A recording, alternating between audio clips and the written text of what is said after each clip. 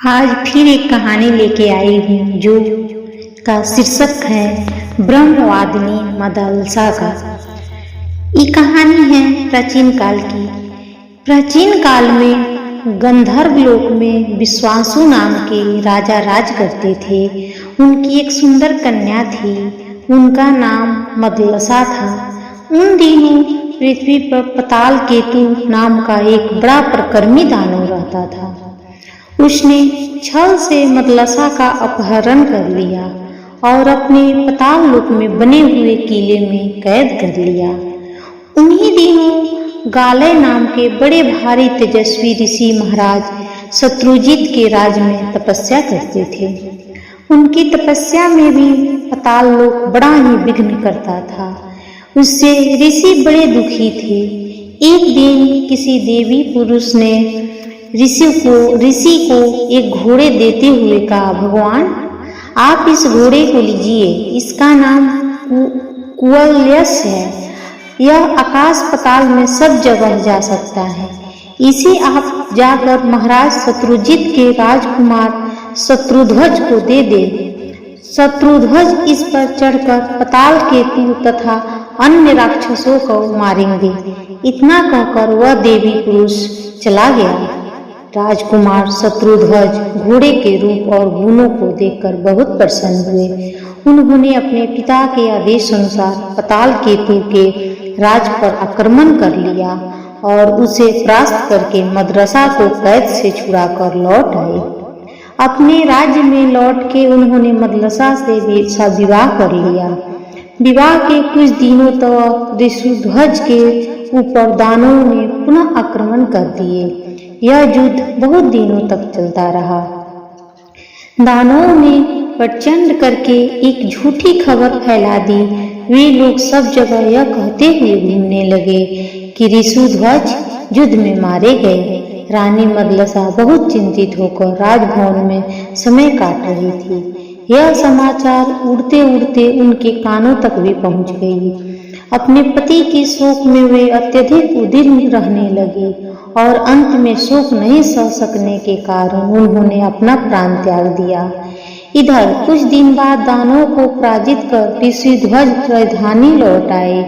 बड़ी आशा के साथ वह आनंद का समाचार मदलसा को सुनाने जब वे राजभवन पहुंचे तो मदलसा के इसका प्राण देने को समाचार सुनकर एकदम मूर्छित हो गए।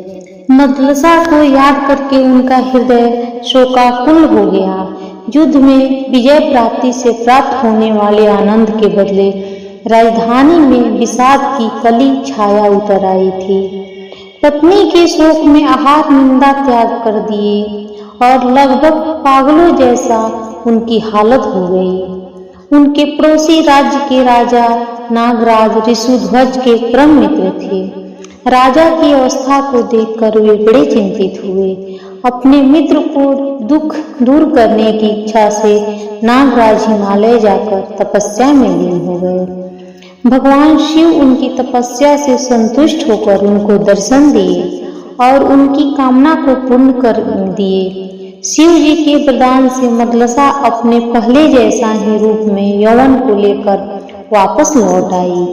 नागराज उनको लेकर राज्य में लौटे और उन्हें ऋषुध्वज के हाथ में सौंप दिया।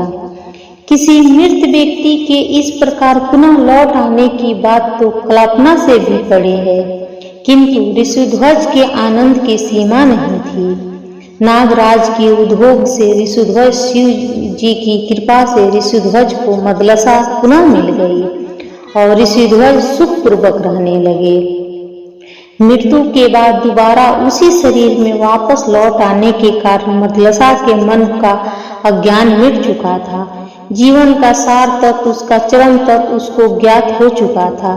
जैसे साधारण लोग जीवन यापन करते हैं उसी प्रकार वे भी जीवन यापन करती थी, किंतु ज्ञान की वह केवल अपने पुत्रों को ही सुनाती थी। अपने लड़के को पालने में रखकर झुलाते झुलाते यह लोरी गा रही थी, हे ताता तू तो शुद्ध आत्मा है, तेरा कोई नाम नहीं। यह कल्पित नाम तो तुझे अभी मिला है। यह शरीर भी 5 भूतों का बना है। यह न तेरा है न तू इसका है, फिर किस लिए रो रहा है। यह कल्पित नाम विक्रांत तो तुझे अभी मिला है। तुम्हारा न तो जन्म है न मृत्यु है, तू भय शोक आदि दुख से पड़े हो। शरीर के भीतर तुम हो, किंतु तुम शरीर नहीं हो। तुम हो मेरे लाल निरंजन, अति पावन निष्पय। अथवा तू नहीं रोता है। यह शब्द तो राजकुमार के पास पहुंचकर अपने आप ही प्रकट होता है। तेरी संपूर्ण इंद्रियां में जो जो भली भांति के गुण अवगुण की कल्पना होती है, वो भी पंचभौतिक ही है। जैसे इस जगत में अत्यंत दुर्लभ भूत अन्य भूतों के सहयोग से वृद्धि को प्राप्त होते हैं, उसी प्रकार अन्न और जल आदि भौतिक पदार्थों को देने से पुरुष के पंचभौतिक शरीर की ही पुष्टि होती है।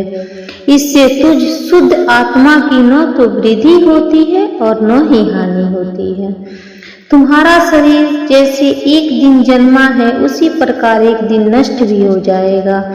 जिस प्रकार पुराने वस्त्र फटकर नए लोग उसको त्याग देते हैं, शरीर का नष्ट भी वैसा ही है। शरीर नष्ट होने से तुम्हारा कुछ नहीं नष्ट होता। तुम तो अन्य आत्मा हो, फिर किस लिए रो रहे हो। तू अपने उस चोले तथा देह रूपी चोले के जीर्ण शीर्ण होने पर मोह न करो। शुभाशुभ कर्मों के अनुसार यह देह प्राप्त हुआ है। तेरा यह चोला बस त्रिभुओं काम क्रोध लोभ मद मत्स्य आदि से बंधा हुआ है। कोई जीव पिता के रूप में प्रसिद्ध है, कोई पुत्र कहलाता है, किसी को माता और किसी को प्यारी स्त्री कहते हैं। कोई मेरा है कहकर अपना माना जाता है और कोई मेरा नहीं है इस भाव से पराया माना जाता है। किंतु ये सभी भूत समुदाय के ही नन्हा रूप है, ऐसा तुझे मानना चाहिए। यद्यपि समस्त भोग सुख रूप है, यद्यपि मुझ चिंतमानों उसे दुख दूर करने वाला तथा सुख की प्राप्ति करने वाला समझता है। किंतु जो विद्वान हैं उनका चित्त मोह से आच्छादित नहीं हुए हैं। स्त्रियां की हंसी क्या है, कंकाल की हड्डियों का प्रदर्शन, जिसे हम अत्यंत सुंदर नेत्र कहते हैं, वह मज्जा की कलसुता है। मोटे मोटे कुछ आकंज मांस की गठिया है। अतः पुरुष जिस स्त्री शरीर पर अनुराग करता है, उस युक्ति स्त्री के शरीर में आसक्त होकर प्रसिद्ध विचारों से ग्रस्त रहता है तथा नरक की अवस्था में रहने जैसा नहीं है। पृथ्वी पर सवारी चलती है, सवारी पर यह शरीर रहता है और इस शरीर में भी एक दूसरा पुरुष बैठा रहता है। किंतु पृथ्वी और सवारी में वैसे अधिक ममता नहीं देखी जाती, जैसे कि अपने देह में दृष्टिगोचर होता है। यही मूर्खता है। मदलसा को कालांतर में 2 पुत्र और हुए। उन दोनों को ही महारानी ने बालकाल से ही ब्रह्म ज्ञान का उपदेश दिया और वे तीनों ही निवृत्त मांगी संसार त्यागी सन्यासी बन गए। वे तीनों भाई राज्य छोड़कर कठोर साधना करने लगे।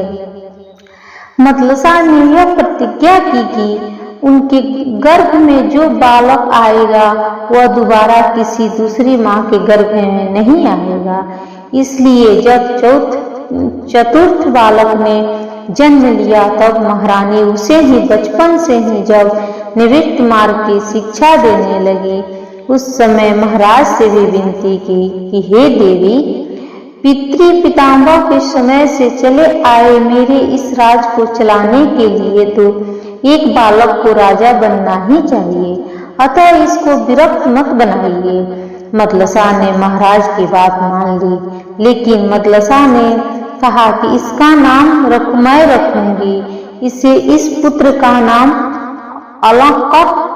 अलक्र रहा, जिसका अर्थ होता है मदोक्त व्यक्ति या पागल कुत्ता।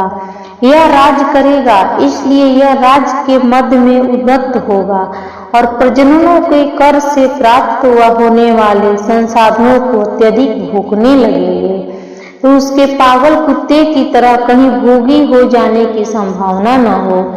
इसलिए अपने चौथे पुत्र को पवित्री मार्ग के कर्म योग, शक्ति योग और राजयोग को उपदेश इस प्रकार दीजिए, बेटा तू धन्य है जो शत्रु रहित होकर अकेले ही चिरकाल इस पृथ्वी का पालन करता रहेगा। पृथ्वी के पालन से तुझे सुख भोग की प्राप्ति हो और धर्म के फलस्वरूप तुझे अमृत मिले, फलस्वरूप तुझे अमृत मिले।